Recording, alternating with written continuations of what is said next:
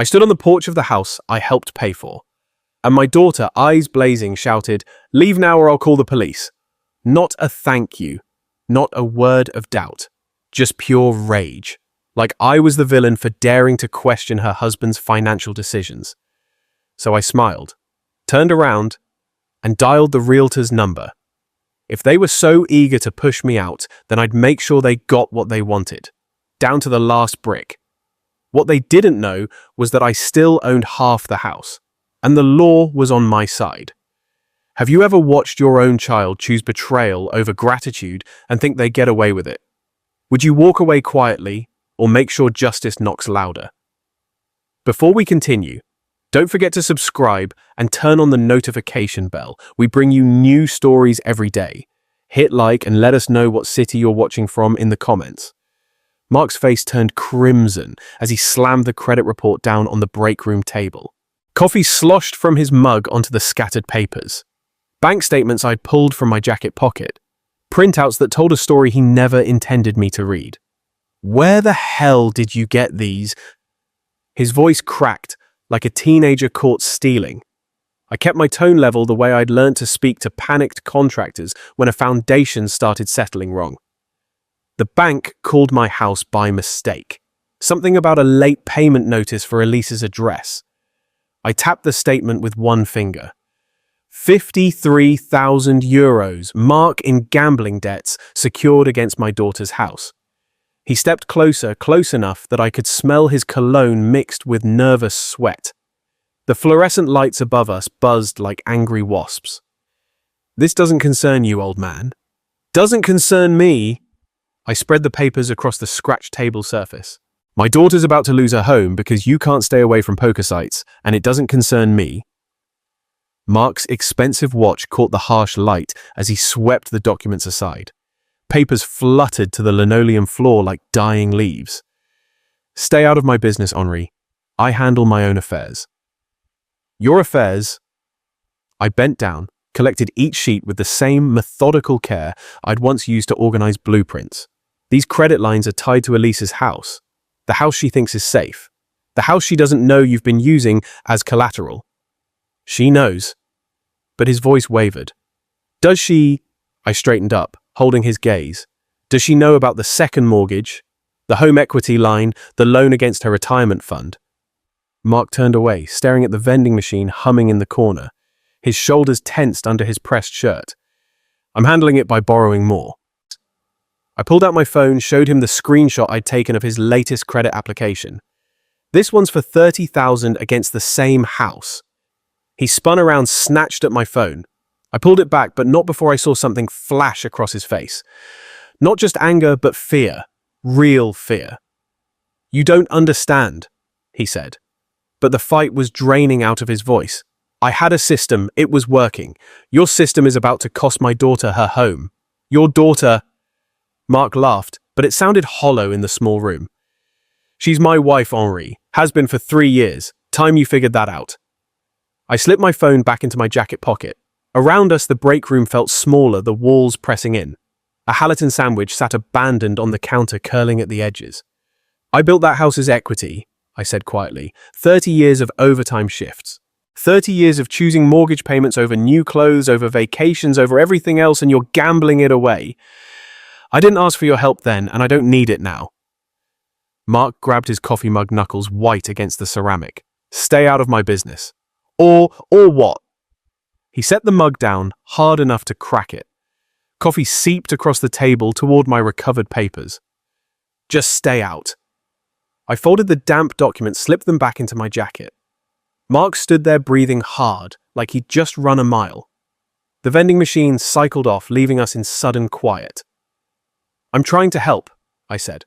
"I don't want your help." I nodded, turned toward the door. Behind me, Mark called out something about minding my own business, about knowing my place.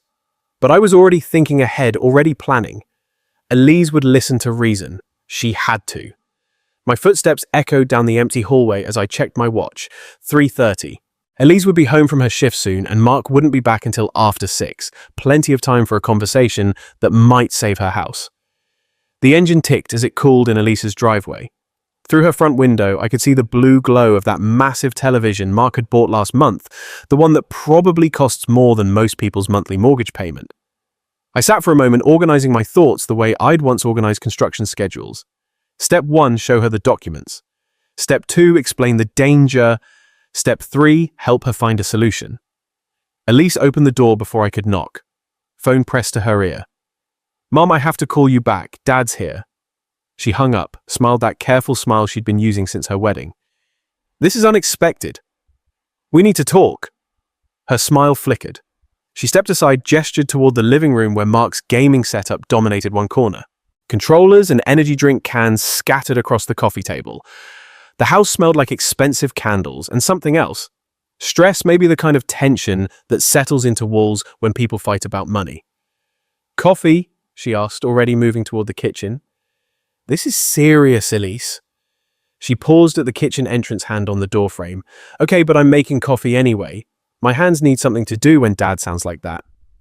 I followed her into the kitchen, noted the stack of bills tucked behind the toaster, the way she avoided looking at them as she busied herself with the coffee maker. Her wedding pictures covered the refrigerator, Mark prominent in every shot, his arm around her shoulders like he owned her. I found out about the gambling debts. I said. The coffee scoop clattered to the counter. "What gambling debts?" I pulled out the documents, spread them across the kitchen island between us. Bank statements, credit reports, loan applications, all bearing Mark's signature, all tied to her address. 53,000 euros, maybe more. "He's been using your house as collateral." Elise's face went white, then pink, then red. "That's impossible." "It's right here." I pointed to the home equity line statement. "Second mortgage for 30,000, this credit line for 15, and this—" "No." She swept the papers aside, scattered them across the tile floor. "Mark would never do that. He would never risk our house." "Elise, look at the documents. These are fake." She spun away from me, gripped the counter edge. "You made these up. Made them up." I knelt, gathered the papers again. "Why would I do that?" "Because you don't like Mark. You've never liked him." Her voice rose, took on that shrill quality it got when she felt cornered. "You want to break us up." "I want to save your house. Our house is fine." She whirled around, eyes bright with tears. "We make our payments. We've never been late." "Because you don't know about these other payments." I held up the gambling site statements I'd printed. 2,300 last month, 1,500 the month before. "Where do you think that money comes from?" Elise pressed her hands over her ears. "Stop it. He's borrowed against everything you own. Your car, your retirement, your house. Stop it." She lunged for her phone on the counter. "Mark loves me. He would never hurt me. You're lying." I stood slowly, my knees protesting. Around us, the kitchen felt fragile somehow, like a stage set that might collapse if anyone spoke too loudly. "I'm not lying, sweetheart. Don't call me that." Her fingers trembled as she scrolled through her contacts. "Don't you dare call me that, Elise.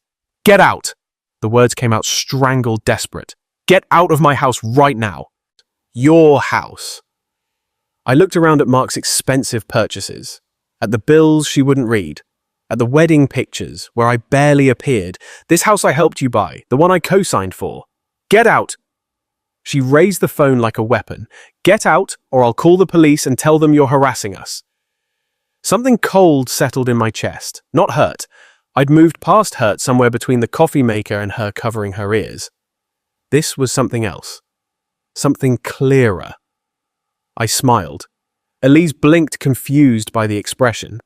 She'd expected anger, maybe pleading. Instead, I collected my papers with the same methodical care I'd shown in Mark's break room. Each document folded precisely slipped into my jacket pocket. "You'll call the police," I said quietly. "Yes, I will." But uncertainty flickered across her face. "On your father who's trying to save your house." "You're not trying to save anything. You're trying to ruin my marriage." I walked toward the door, paused in the kitchen entrance. Behind me, Elise clutched her phone like a lifeline. "I hope Mark's worth it," I said. "He is. I hope the house is too." I let myself out, walked slowly to my car. Elise appeared in the front window, phone still pressed to her ear, probably calling Mark, warning him about crazy dad and his fake documents. The engine started on the first try, reliable like everything else in my life used to be. As I backed out of the driveway, I caught Elise watching from behind her expensive curtains. She looked small in that big window, surrounded by all of Mark's purchases, my little girl who used to help me balance the checkbook, who used to trust me with everything. I drove home slowly, planning my next conversation.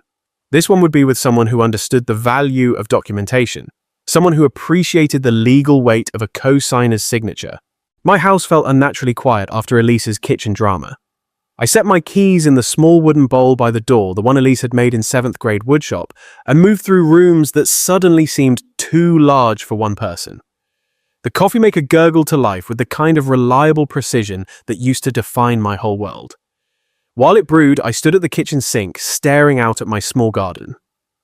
February in Florida meant the citrus trees were heavy with fruit I'd probably eat alone. Everything I'd built here, everything I'd maintained, felt hollow now, like constructing a building only to discover the tenants had moved out without notice.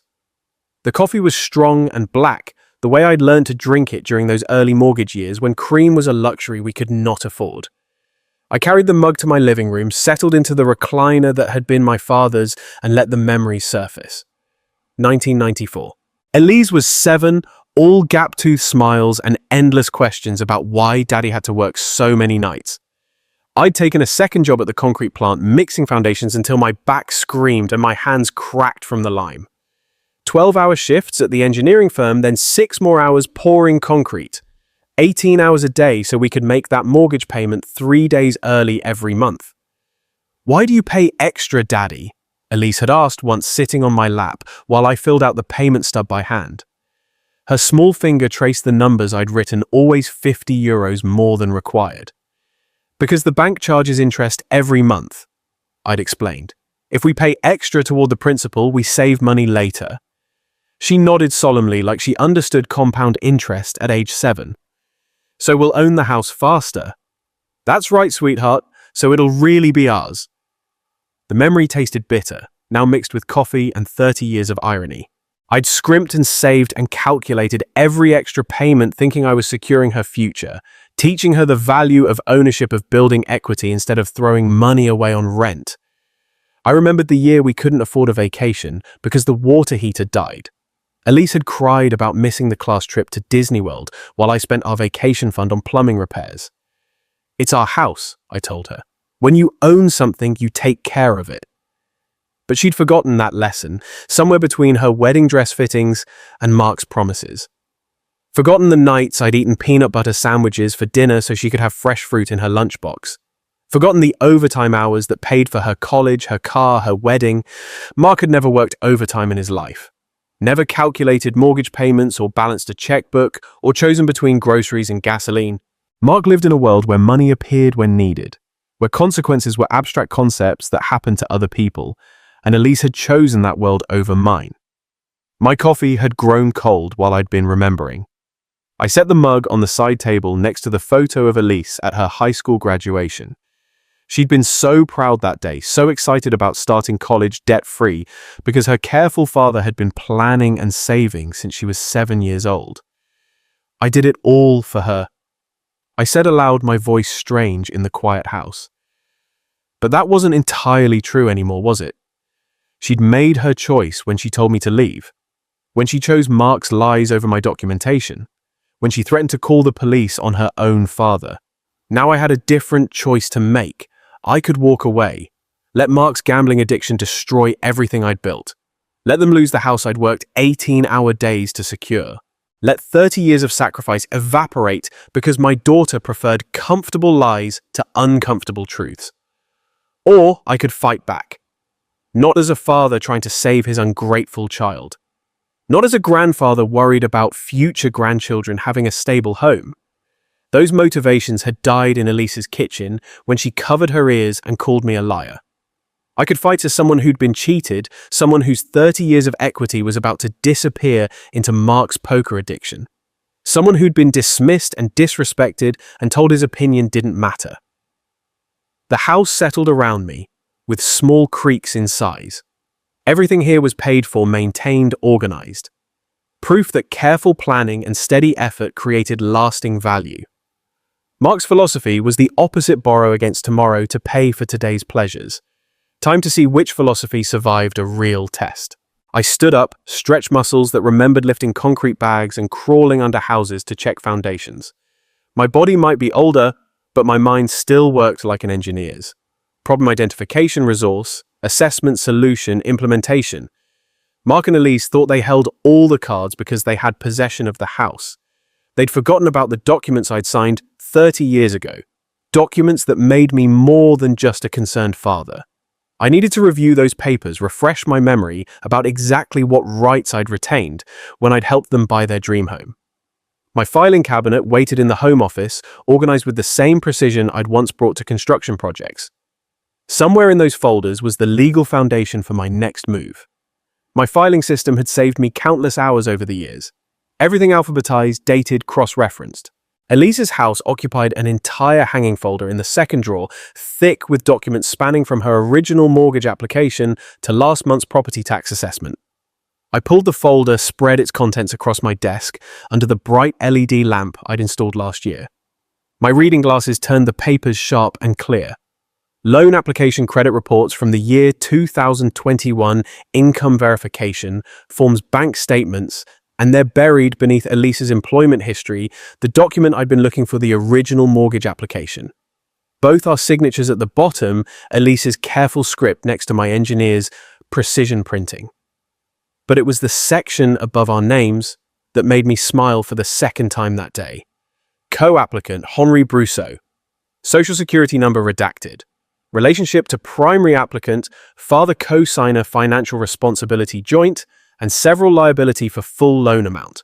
I leaned back in my leather desk chair, the same one I'd bought when I made supervisor 20 years ago. Joint and several liability. The phrase carried legal weight that Mark, in all his financial cleverness, had apparently forgotten. The memory came flooding back with perfect clarity. March 2021. Elise and Mark sitting across from loan officer Margot Chen at First National Bank. Mark's employment history was spotty. 2 job changes in 3 years, credit score hovering around 620. Elise's salary as a dental hygienist was steady but modest. Together they qualified for maybe $200,000 in financing, but the house Elise wanted cost $340,000. We'll need a co-signer, Margot had explained, her fingers dancing across her calculator. Someone with excellent credit and verifiable income to guarantee the full loan amount. Mark had shifted uncomfortably in his chair. What does that mean exactly? It means the co-signer becomes legally responsible for the debt if you default. They have the same rights and responsibilities as the primary borrowers. I'd hesitated then, my engineer's instinct for risk assessment kicking in. 40 years of steady employment. Credit score over 800. Substantial savings. Was I really prepared to put all of that at risk for Mark's financial stability? But Elise had looked at me with those eyes that had melted my resolve since she was 7 years old. Please, Dad, we'll never miss a payment, I promise. You understand, Margot had continued. That as co-applicant Monsieur Henri Brousseau, you'll have legal standing regarding any major decisions about the property. Refinancing home equity loans, even sale of the home would require your consent or participation. Mark had nodded quickly, eager to move past the legal technicalities to the fun part of house shopping. Elise had squeezed my hand, and I'd signed my name thinking I was helping my daughter achieve the American dream. Now 4 years later, with Mark's gambling debts secured against my co-signed property, those legal technicalities were looking remarkably useful. I pulled out a magnifying glass, read the fine print I'd skimmed past in the year 2021. The language was dense, loaded with legal terminology that would have made my head spin if I hadn't spent 40 years reading construction contracts. But one section stood out like a beacon.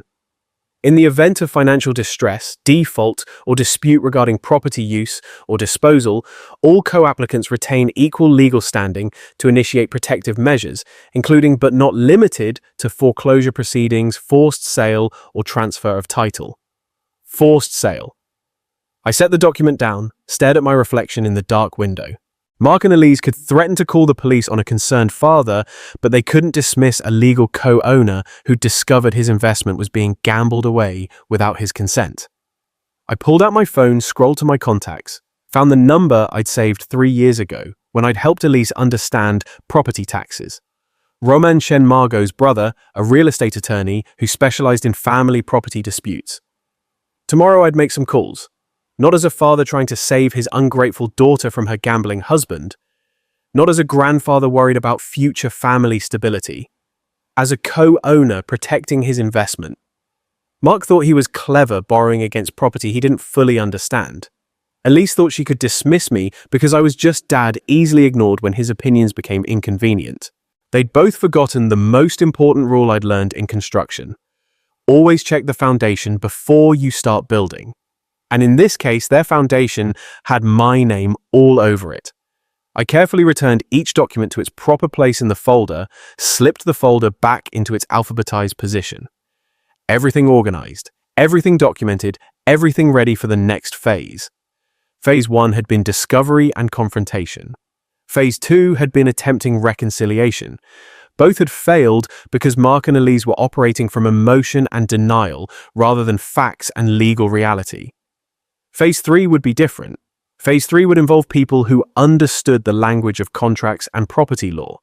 People who wouldn't cover their ears when presented with inconvenient truth. I turned off the desk lamp, left my office in perfect order. Tomorrow would bring new conversations with new players. Tonight, for the first time since I discovered Mark's gambling debts, I felt like I might actually win this fight. After all, I'd been building foundations my whole life. I knew how to make things crumble when the support structure was compromised, and Mark's house of cards was about to discover just how solid my foundation really was. I'd barely settled into my evening routine when aggressive pounding rattled my front door. 3 sharp bursts of pause, then 3 more. Through the peephole, Mark's face looked flushed and distorted. His expensive shirt wrinkled like he'd been pulling at it. I opened the door slowly, keeping the chain latch engaged. "Evening, Mark. Open this door." His voice carried that edge I'd heard in the break room, but sharper now, desperate. "It's open enough for conversation." He pressed his palm against the doorframe, leaning close to the gap. "Elise told me about your little visit, your fake documents and conspiracy theories. Did she mention the $53,000 in gambling debts?" Mark's face went scarlet. "Those aren't gambling debts. They're business investments, cryptocurrency NFTs, real estate ventures. Online poker sites don't typically deal in cryptocurrency ventures." He stepped back, then forward again, like a caged animal testing the bars. "You don't know what you're talking about, old man." I reached into my jacket pocket, pulled out my phone. Mark's eyes tracked the movement. "Should I call Elise, ask her to come over and hear your explanation about business investments?" "Don't you dare." He pointed a trembling finger at me through the gap. "You've done enough damage to my marriage." "I haven't done anything to your marriage. Your gambling addiction is doing plenty on its own." Mark slammed his palm against the door. "It's not an addiction. I have a system.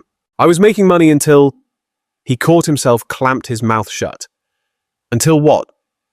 I kept my voice level, curious. "Until nothing. Look, you need to stay out of our business. Completely out. No more surprise visits. No more fake bank statements. No more poison in Elise's ear." "Or what?" Mark's smile had no warmth in it. "Or things might get unpleasant for you. Lonely old men living alone. Accidents happen." I studied his face through the narrow gap.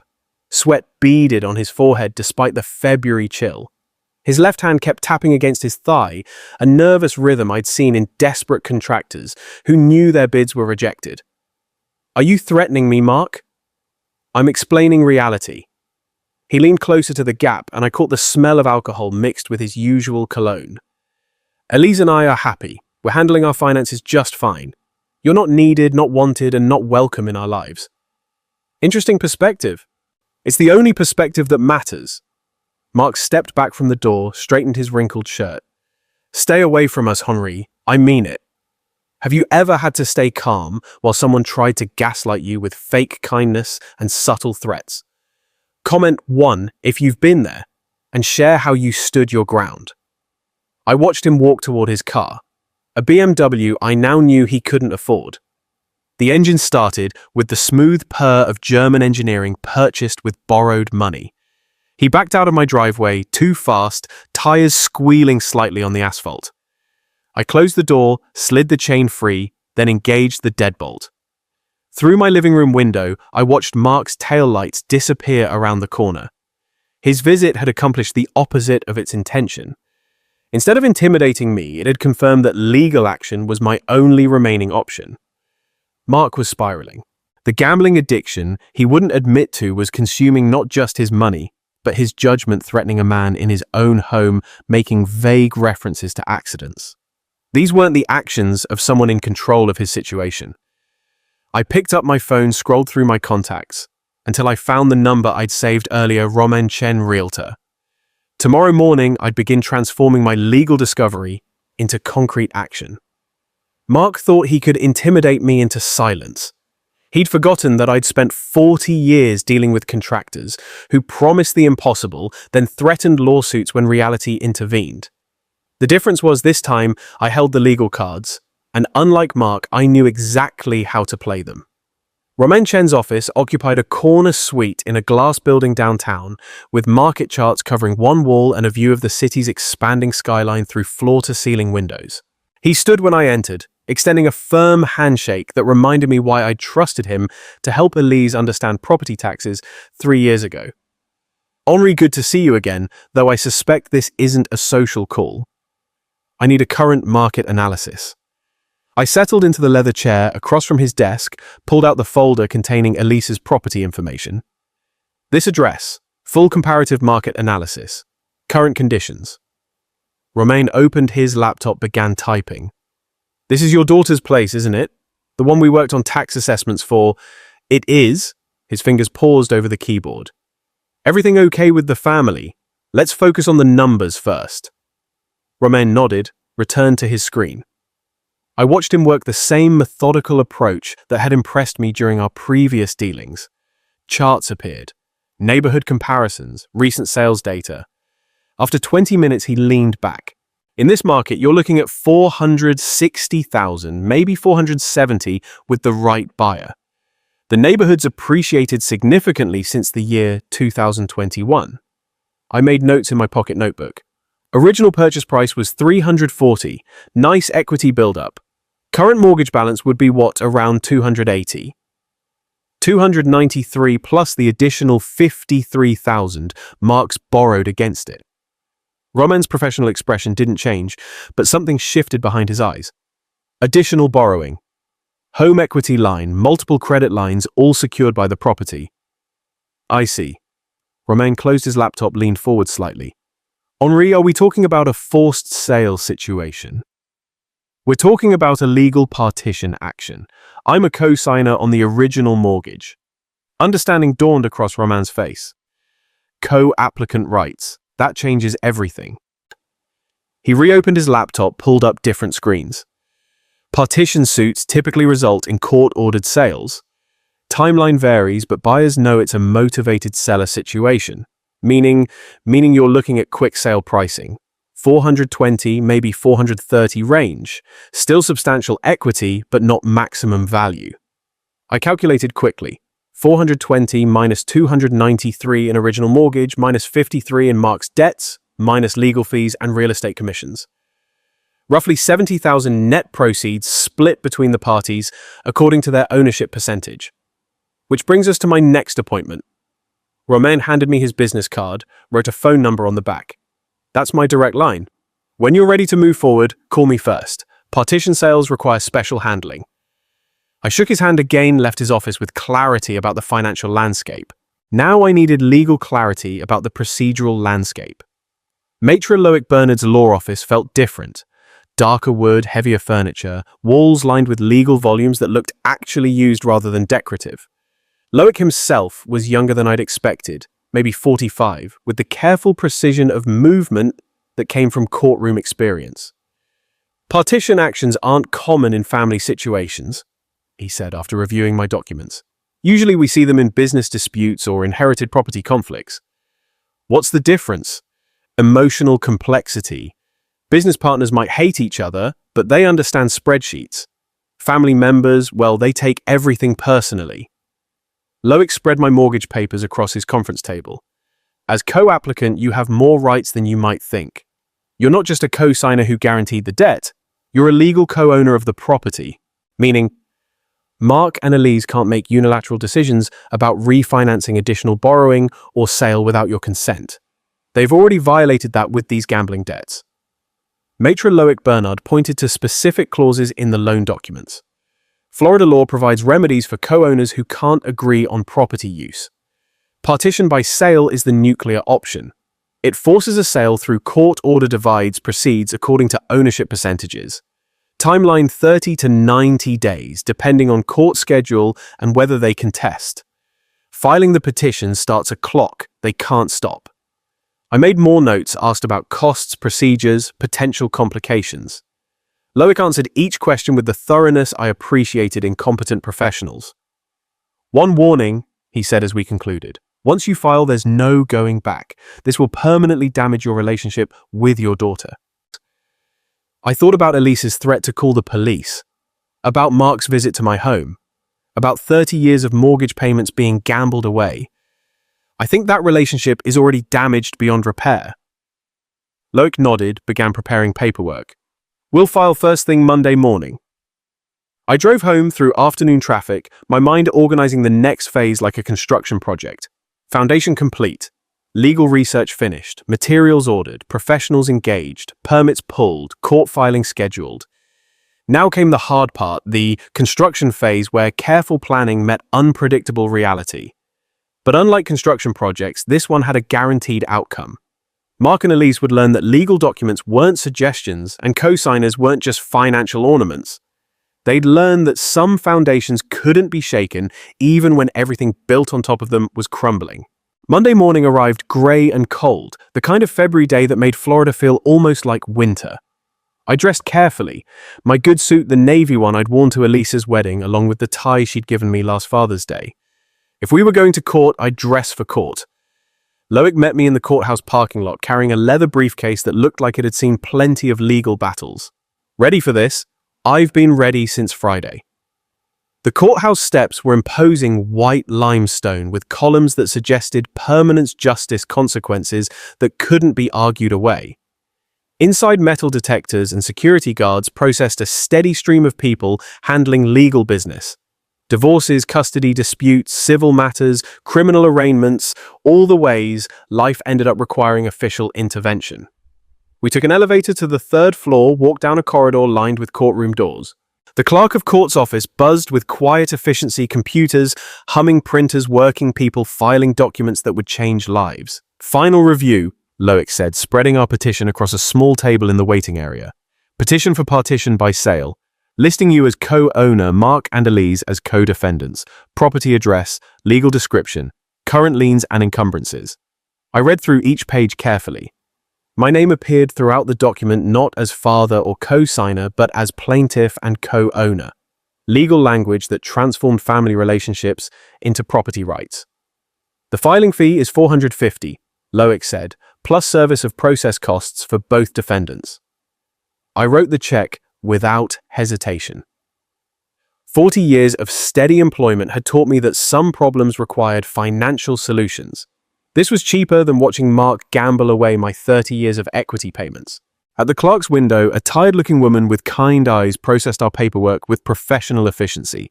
Case number CV 2025-187, she said, stamping each document with an official seal. Initial hearing is scheduled for March 15th, 9 o'clock in the morning, courtroom C. The sound of the stamp was final, decisive. No more family discussions or emotional appeals. No more Mark's threats or Elise's denial. Just legal process moving forward according to rules that could not be manipulated or ignored. Service of process will be completed within 5 business days, the clerk continued. Defendants have 30 days from service to file a response.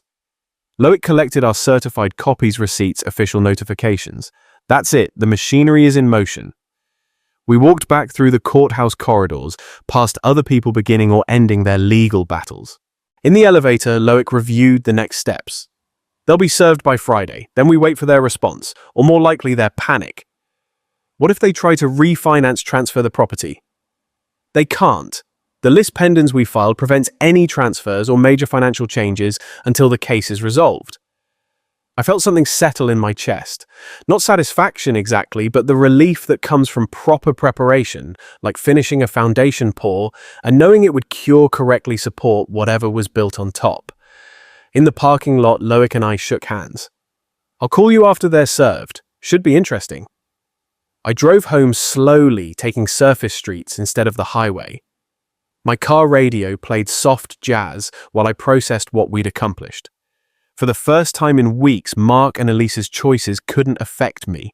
The legal system would handle everything now, according to rules they'd have to follow whether they liked them or not. At home, I filed my certified copies in the Elise House folder right behind the original mortgage documents.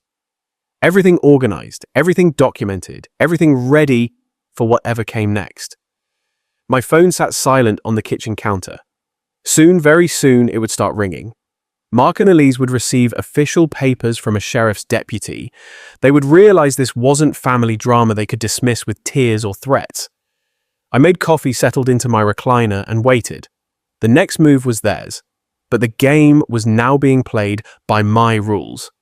My phone started ringing Thursday afternoon. Elise's name appeared on the caller ID as I sat in my kitchen finishing a late lunch. I watched it buzz against the counter, let it go to voicemail. 2 minutes later, it rang again. Mark this time. I went to my living room, picked up a book, tried to read while my phone continued its electronic tantrum. By evening, I had 7 missed calls and 3 voicemails. The first message was Elise, her voice shaking. Dad, please call me back. We got some papers today and I don't understand what's happening. Please, just call me. Mark's message came an hour later. What kind of game are you playing, old man? You think you can scare us with legal papers? This is family business, not some courtroom drama. The third message Elise again tears evident in her voice. Dad, I'm begging you. Mark says you're trying to steal our house. That can't be true. Please call me back, please. I deleted all 3 messages without returning the calls. Friday brought a text message marathon. Mark started early. This lawsuit is ridiculous. No judge will side with you over family. Elise's texts were longer, more desperate. Dad, I know we had a fight, but this is too far. Can't we work this out? I love you. But I love Mark too. Please don't make me choose. By evening, Mark's messages had turned threatening. You're making a big mistake. Bigger than you realize. I showed the text to Loic when he called with confirmation that both defendants had been served. Standard reaction, he said. Panic denial, then anger. What matters is whether they file a response by the deadline. What if they don't? Default judgment. The court grants our petition automatically. Saturday brought a new wave of calls. I let them all go to voicemail, spent the day in my garden pruning citrus trees, preparing beds for spring planting. Physical work helped me think, and I needed to consider my next moves carefully. Sunday's voicemail from Elise was different, calmer, more calculated. Dad, Mark talked to a lawyer. He says this partition thing is just a scare tactic, that you don't really want to sell our house, you just want attention. So we're not going to play along. We're ignoring this whole legal circus until you come to your senses. I played that message twice, then called Loic. They're not filing a response, he asked. Mark thinks it's a bluff. Perfect. That's exactly what we want them to think. Monday morning brought silence. No calls, no texts, no voicemails. Mark and Elise had decided to ignore the legal system, confident that family relationships trumped property law. I spent the morning organizing my files, making sure everything was ready for the default hearing. Around noon, I drove to the courthouse and reviewed public records. Sure enough, no response filed by either defendant. That evening, I called Roman to schedule the property appraisal required for court-ordered sale. They're not contesting, he asked. They think it's a family dispute that doesn't require legal response. Romain whistled softly. That's going to cost them about 100,000 euros in equity. Tuesday brought one final voicemail from Mark, his voice carrying less conviction than before. Look, Henri, maybe we all got a little heated. Why don't you come over for dinner this weekend? We can work this out like family. I deleted the message and made coffee. Outside my kitchen window, my citrus trees were heavy with fruit oranges and grapefruits that had taken years to mature, requiring patience and consistent care to reach their potential. Mark and Elise had made their choice. They decided that legal documents were suggestions, that court deadlines were optional, that property law didn't apply to their situation. In 2 weeks, they'd discover how wrong they were. But by then, it would be too late to change their minds. The legal machinery I'd set in motion would complete its work regardless of their family feelings or desperate last-minute appeals. I'd given them every opportunity to address the problem responsibly. They'd chosen gambling debts over family discussions, threats over honest conversation, denial over legal reality. Now they'd live with the consequences of those choices, whether they understood them or not. Loic's call came Wednesday morning while I was watering my citrus trees. "I need to discuss something with you," he said, his voice carrying the careful tone lawyers use when delivering unwelcome news. "Can you meet me at my office this afternoon?" I arrived at 2 o'clock sharp, found him reviewing a thick file folder. Partition disputes can get ugly. He began without preamble, especially when defendants realize they're actually going to lose their property.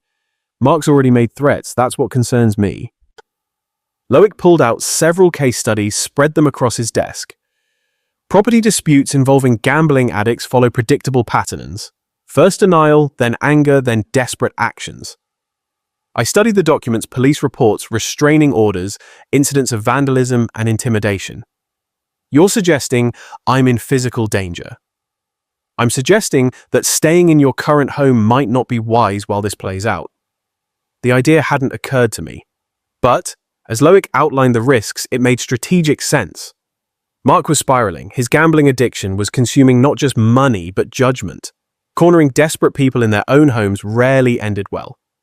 That evening, I drove through apartment complexes near downtown, looking for temporary housing that met my criteria: month-to-month lease, furnished, good security, reasonable proximity to the courthouse. The Palmetto Gardens complex fit perfectly. Modest but clean, with coded entry and an office manager who asked no unnecessary questions. "How long do you anticipate staying?" she asked while processing my application. 2 to 3 months depending on legal proceedings. She nodded, professionally handed me keys to Unit 2B, utilities included, parking space 47. I spent Thursday evening packing essentials clothes for 3 months, legal documents, basic personal items. Everything else stayed behind. The family photos on my mantle, the tools in my garage, the furniture I had accumulated over 40 years of steady employment. All of it would wait for my return, assuming I chose to return. Friday morning, I loaded my truck with 3 suitcases and a box of legal files. Before leaving, I walked through each room of my house, checking windows, adjusting the thermostat, making sure everything was secure. In the kitchen, I stopped mail delivery and set up forwarding to my new address. The house would sit empty but protected, like a foundation waiting for construction to resume. The apartment felt strange after 30 years in my own home. Generic furniture, neutral colors, no history attached to any corner or surface. But it also felt safe, anonymous, removed from the emotional battlefield my family had created.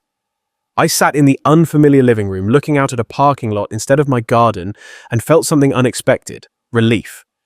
For the first time in weeks, my phone wasn't ringing with threats or emotional manipulation. No one knew where I was except Loic and Roman, both bound by professional confidentiality. Mark and Elise could rage and scheme and threaten all they wanted. They'd be performing for an empty house, their anger echoing through rooms that no longer contained their target. My truck keys sat on the kitchen counter of apartment 2B, ready for whatever came next. The legal machinery would continue its work regardless of where I slept or ate breakfast. Court dates would proceed, property evaluations would be completed, sale orders would be executed. The difference was that now I could watch it all unfold from a position of safety and strategic distance.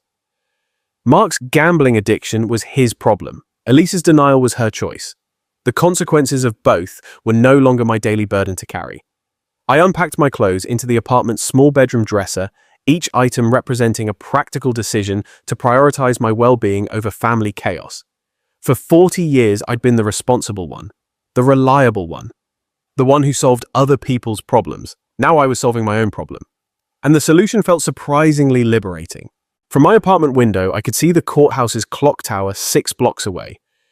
Thursday afternoon, exactly 1 week after my relocation, my phone buzzed with a text from Romain. Appraiser completed evaluation. Report filed with court. Market analysis confirms our projections. 20 minutes later, my phone started ringing. Elise's number appeared on the screen, followed immediately by Mark's. I let both calls go to voicemail, made coffee, and waited. The voicemails revealed everything I needed to know. Elise, her voice shaking. Dad, someone came to our house today, a man with a clipboard and camera measuring everything, taking pictures. He said it was court-ordered for something called partition sale. Dad, please call me, I'm scared. Mark barely controlled fury. What kind of sick game is this, Henri? You sent some appraiser to our house. Our neighbors saw him. Ask questions. You're embarrassing us. Call me back, now. I deleted both messages, opened my laptop, checked the court's electronic filing system. The appraiser's report was already uploaded. €437,000. Valuation with detailed photographs and condition assessments. Professional. Thorough. Devastating. My phone buzzed again. Text from Elise. Dad, please just talk to us. We can work this out. Then Mark, this has gone far enough. Call me or I'm coming to your house. I smiled, knowing he'd find my house empty. My mailbox filling with forwarded correspondence he couldn't intercept. More calls throughout the evening, 7 from Elise, 4 from Mark, each voicemail more desperate than the last. Elise, Dad, I drove by your house. Your truck isn't there. Where are you? Why won't you talk to me? I know you're angry, but this is too much. Mark, you can't hide forever, old man. I found out the appraiser was hired by some law firm. This isn't over. By Friday morning, they discovered the legal filing. Mark's voicemail was different, smaller, frightened. I talked to a lawyer, he says. He says you can actually force us to sell our house. That we should have responded to the court papers. Henri, please, can we meet somewhere? Can we figure this out? I spent Friday afternoon in the courthouse law library researching similar cases, finding comfort in the systematic way legal precedent created predictable outcomes. Property law didn't care about hurt feelings or family dynamics. It cared about documents, signatures, ownership percentages, established procedures. Saturday brought a new wave of communication. Emails this time, since I'd stopped answering calls from Elise's email account. Dad, I understand you're angry. Maybe I was wrong to threaten to call police. Maybe Mark has been borrowing too much money. But forcing us to sell our home, this will destroy our credit, our marriage, our future. Please don't do this. From Mark, look, I admit I have a gambling problem. I'll get help. Gamblers Anonymous, counseling, whatever you want. Just stop this lawsuit. We can pay you back over time. I forwarded both emails to Loic with a brief note for the file. Sunday evening, my phone rang 15 times. I turned off the ringer, went to bed early. Monday morning brought new developments. Romain called with updates. 3 potential buyers submitted offers over the weekend, all cash, quick closing. The forced sale pricing is attracting serious interest. How much? Highest offer is €425,000. 10,000 below appraisal, but guaranteed 30-day closing. While I was talking to Romain, my phone buzzed with another call. Mark again. This time when it went to voicemail, I could hear Elise crying in the background. Mark's voice defeated. Henri, I know you can hear me. We drove around looking for your truck. Asked your old neighbors if they knew where you went. No one knows anything. You disappeared like you planned this whole thing. A long pause. Then we're going to lose our house, aren't we? The lawyer says we waited too long to respond, that the court will just take it away from us.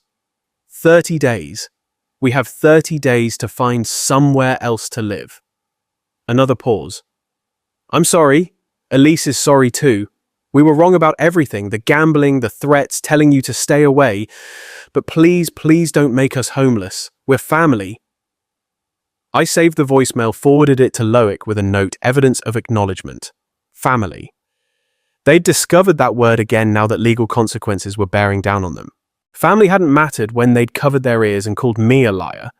Family hadn't mattered when Mark threatened me in my own home. Family hadn't mattered when Elise chose his gambling addiction over my 30 years of sacrifice. But now facing the loss of their home, suddenly we were family again. The irony was perfect and perfectly meaningless. Legal proceedings would continue regardless of their newfound appreciation for family relationships. The house would be sold, the proceeds divided according to ownership percentages, and justice would be served through proper channels. I made dinner in my temporary kitchen, watched the courthouse clock tower through my window, and felt the satisfaction that comes from seeing carefully planned strategies produce their intended results. The for sale sign appeared on Tuesday morning. I didn't see it installed. That happened while I was at the bank depositing a small consulting check from my former employer. But Roman called with photo confirmation, professional yard sign, multiple listing service number, motivated seller rider attached below. We already have showing appointments scheduled for this afternoon, Roman said. 2 cash buyers, 1 investment group. The below market pricing is generating serious interest. I asked him to email me the listing photos. My laptop screen filled with images of Elise's house. Their house, technically, though legal ownership, was more complicated than they'd ever understood. Professional photography made every room look spacious and bright. Mark's expensive gaming setup had been pushed into corners. Elise's decorative touches minimized to appeal to potential buyers. Their home had become a commodity, which was exactly what it had always been from the legal system's perspective. Wednesday brought the official documentation. Certified mail to my apartment. Notice of partition sale with specific timelines, buyer qualification requirements, and closing procedures. 30 days for current occupants to vacate voluntarily, followed by sheriff's assistance if necessary. I forwarded the documents to Loic, called to confirm next steps. Everything's proceeding normally, he said. They haven't filed any motions to delay or contest, which suggests they've finally accepted reality. Or they're planning something desperate. Possibly. But legally, there's nothing they can do at this point. The sale will complete regardless of their cooperation. Thursday afternoon, Roman called with updates. We accepted the offer from the cash buyer. €425,000, 15-day closing, no contingencies. Your net proceeds will be approximately €78,000 after legal fees, real estate commissions, and outstanding mortgage balance. €78,000. Not a fortune, but substantial compensation for 30 years of mortgage payments on a house I'd never lived in. Money that represented justice served through proper legal channels rather than family emotional manipulation. When do they need to be out? Closing is scheduled for March 28th. They need to vacate by March 25th to allow final walkthrough and key transfer. I marked the dates on my calendar. Felt something settle in my chest. Not satisfaction exactly, but the calm that comes from seeing complex projects reach completion on schedule. Friday brought a surprise. Elise appeared at my old house, saw my truck wasn't there, sat on my front porch for an hour waiting. My neighbor, Madame Moreau, called to tell me she looked terrible. Madame Moreau said crying, checking her phone constantly. Finally left a note under your door and drove away. I drove over that evening, retrieved the note. Elise's handwriting, usually neat, looked shaky. Dad, I know you're avoiding us, but we're running out of time. We found an apartment but need last month security deposit moving costs. Mark is trying to get a loan, but his credit is destroyed from the gambling. Could you please just talk to us? We're going to be homeless in 3 weeks. Your granddaughter Elise. She'd signed it. Your granddaughter Elise, as if reminding me of our relationship would change my legal strategy. As if family sentiment could override property law and court orders. I filed the note with my other legal documents and drove back to my apartment. The weekend passed quietly. My phone didn't ring. Mark and Elise had apparently exhausted their communication attempts. Sunday evening, Roman called with final details. Closing, scheduled for Thursday, March 28th, 10 o'clock in the morning. Bank attorney, buyer's attorney, and myself. You don't need to attend unless you want to. I'll be there. Excellent. Bring photo ID and social security card. We'll handle everything else. March 25th arrived grey and windy. From my apartment, I could see moving trucks on several streets. Late winter was popular for relocations. I wondered if Mark and Elise had managed to find their moving truck, their new apartment, their temporary solution to the consequences of their choices. My phone remained silent. No last minute please. No final attempts at emotional manipulation. They'd apparently accepted that their former relationship with me was over, replaced by legal procedures they couldn't influence or avoid. Thursday morning, I dressed in my good suit, gathered my identification documents, and prepared to attend the closing that would officially end this chapter of my life. The legal system had worked exactly as Loic promised. Property disputes were resolved through established procedures rather than family arguments. Justice was served through professional channels rather than emotional appeals. In 4 hours, I'd receive a check that represented vindication of every principle I tried to teach Elise about financial responsibility, legal consequences, and the importance of treating family members with respect. Whether she'd learned those lessons remained to be seen, but the teaching phase was definitely over. The closing took place in a sterile conference room downtown. Fluorescent lights humming over documents requiring signatures. Proceeds to plaintiff Henri Bourdon, the bank attorney read. €78,437. I signed where indicated watched 40 years of property involvement reduced to electronic transfers and official stamps. By noon, my phone buzzed with bank confirmation of the substantial deposit, more money than I'd seen at once since retirement. Roman shook my hand in the parking lot. Pleasure working with you, Henri. Loic was more direct.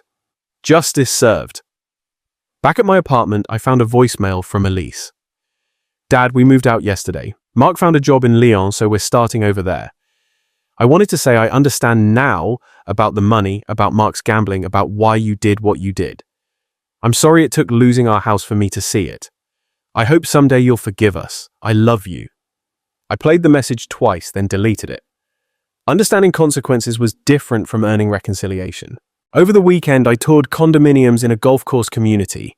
Quiet, green, far removed from legal petitions and emotional blackmail. It wasn't just about moving forward. It was about reclaiming space, peace and autonomy after decades of compromise. And as I signed the visitor sheet at the sales office, I realized something unexpected. I wasn't just buying a new home.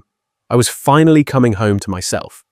Most of the homeowners here are former engineers, teachers, middle managers, the real estate agent explained. People who had saved regularly, planned their retirement carefully. People who understood that financial security is built step by step, not by relying on luck or quick schemes. People for whom a legal document was a commitment, not just a suggestion. I made an offer on a corner unit overlooking the garden. Meanwhile, Mark and Elise were starting over in Lyon, credit-ruined hopes erased, facing painful lessons about the dangers of disrespecting both the law and family. They had chosen threats denial and arrogance over responsibility, believing that blood ties would shield them from consequences. That Thursday afternoon, I walked through my new home, sunlight streaming across the rooms and spilling through the glass doors facing the golf course. I was joining the retirees of this community, not as a man running from his family obligations, but as someone who had stood firm for his legal rights against those who mistook patience for weakness. Justice had run its course. Lessons had been learned. And I had a new life to build. A life simpler, more grounded, funded not by revenge, but by principles applied with discipline and quiet strength. The foundation was set. Rebuilding could begin whenever I was ready. And what I came to understand at the end of this story is that sometimes protecting your peace means saying no even to the people you love.